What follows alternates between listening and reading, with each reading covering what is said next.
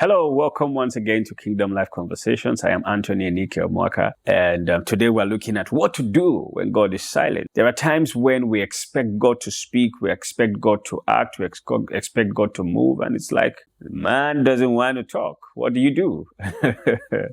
In the book of John chapter 11, verse 1 to 6, there was such a case where the attention of God was needed. Jesus was needed on the scene, but he didn't show up. In the book of that John chapter 11, verse 6, let me just read just verse 6. You could take time to read verse 1 to verse 6.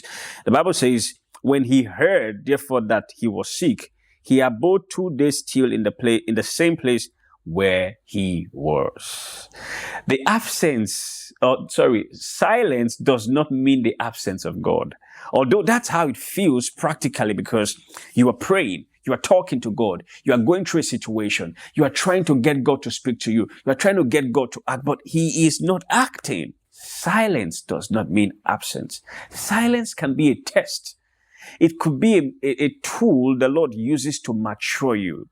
It could be a teaching moment. God does not move when we want him to move, but he will move when he needs to move. There are people who have waited on God and it seemed like God was silent. We had Job. He had prayed, he had done all he could, but God wasn't coming through for him. We have David. He cried, "Oh Lord, how long will you forget me? Forever?" He thought God had forgotten him.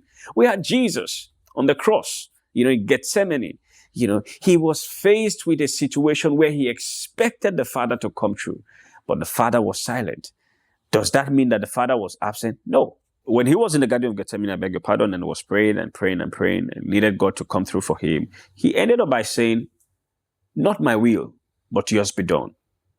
Sometimes when God is silent, he just wants us to get to a point where we just yield to him. We just give it all up for him.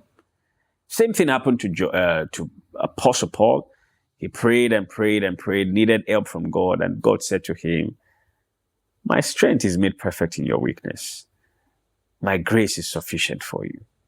There are certain things that you want God to intervene on your behalf for, that he's just using those things to mature you. What do you do when God is silent?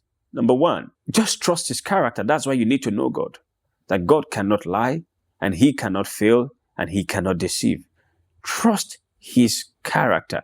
Keep trusting his character. Lord, I may not hear from you, I may not be seeing your hand, but I know you are with me, and I know you are up to something.